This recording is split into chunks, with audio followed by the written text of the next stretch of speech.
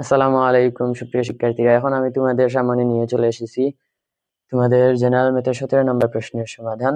দেখো, এখানে আমি প্রশ্নটা লিখলাম না, কেননা 17 নম্বর প্রশ্নটা একদম ইজি। তো তোমরা বই খুলে দেখতে পারবে 2.2 এর যে 17 নম্বর আছে সেটা উপরের লাইনটা ঠিক এইরকম যে নিচের অন্যগুলো থেকে ডোমেন এবং রেঞ্জ নির্ণয় করো। আমি প্রথমেই বলে দিই, ডোমেন হচ্ছে ওই কোনো, মনে করো, ভুজ কুটি, অর্থাৎ এক্স ভুজ আর কুটি ওয়াই। এক্স ওয়াই এর মানে যদি তোমাকে বলা হয় এখানে ডোমেন রেঞ্জ, ডোমেন হবে এক্স আর রেঞ্জ হবে ওয়াই। তো ডোমেন কি? ডোমেন হচ্ছে ধরো কোনো একটি ফাংশনে, মনে করো দিল F of x equal to something দিল, আগের এক্স এইভাবে দিল 1/x², মনে করো এইটা দিল। ডোমেন হচ্ছে এক্স এর মান যেটা বসাবে সেটা হচ্ছে, মানে এই যে এক্স এর মানটা এখানে বসাবে, এটাই হচ্ছে তোমাদের ডোমেন। আর যেই রেজাল্টটা আসবে, রেজাল্টটা হচ্ছে তোমাদের রেঞ্জ। অর্থাৎ এক্স হচ্ছে ডোমেন আর ওয়াই হচ্ছে রেজাল্ট, অর্থাৎ রেঞ্জ। অতএব তোমাদের 17 নম্বরে যে বলেছে যে নিচের অন্যগুলো থেকে ডোমেন এবং রেঞ্জ নির্ণয় করো, এটা তোমাদের জন্য একদম ইজি। অর্থাৎ এরকম প্রশ্ন না আসার সম্ভাবনা বেশি, কিন্তু এমসিকিউ এরকম প্রশ্ন আসতে পারে। দেখো এখানে ক নম্বরে আছে আর ইকুয়াল, রিলেশনটা দিয়ে দিচ্ছে, মানে অন্য 2 1 2 2। আমরা সৃজনশীলে দেখবো ডোমেন রেঞ্জ কেন নির্ণয় করার প্রয়োজন হয়। দেখো এখানে ক নাম্বারে আর এইটা দিছে, এখানে ডোমেন আর, ডোম আর হবে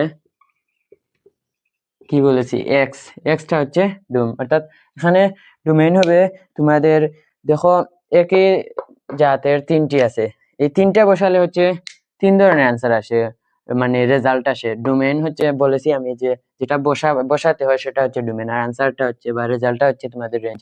মানে দেখো এই আর অন্য এর যে অন্য এটা আছে, সমাধান করার আগে যেটা ছিল ওইটা আমরা পরে এটা বুঝতে পারবো। এখন জাস্ট আমি দেখাই তোমাদের যে কিভাবে রেঞ্জ এবং ডোমেন বার করতে হয়। দেখো এখানে ডোমেন হবে তোমাদের এই প্রথমটা, এখানে জাস্ট একটা আছে, এই জন্য আমরা জাস্ট 2 দিব। আর রেঞ্জ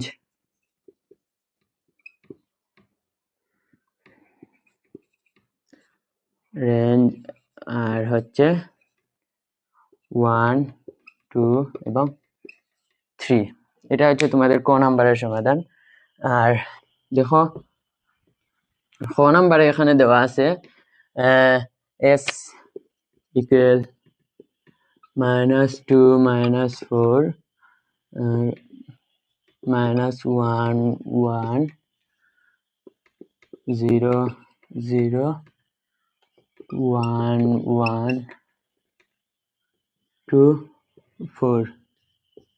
অর্থাৎ এখানে ডোমেইন হবে -2 -1 0 1 2, আর তোমাদের এখানে হচ্ছে রেঞ্জ হবে -4 1 0 1 4।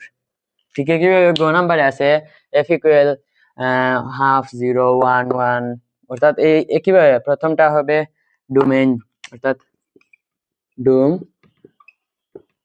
আর ইকুয়াল দিয়ে তোমরা এই নাম্বারগুলো লিখে দিবে। আর যে মনে করো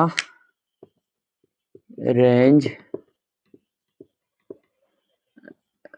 আর ইকুয়াল দিয়ে তোমরা এই যে নাম্বারগুলো আছে এগুলা লিখে দেবে, তারপর সেকেন্ড ব্র্যাকেট। তো এই ছিল তোমাদের 17 নম্বর প্রশ্নের সমাধান।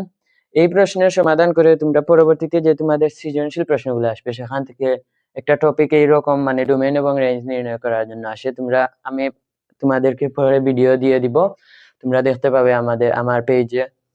তো ভালো থাকবে, সুস্থ থাকবে, দেখা হবে পরবর্তী ভিডিওতে। তোমরা সবাই দোয়া করবে আমার জন্য। আসসালামু আলাইকুম রহমতুল্লাহ।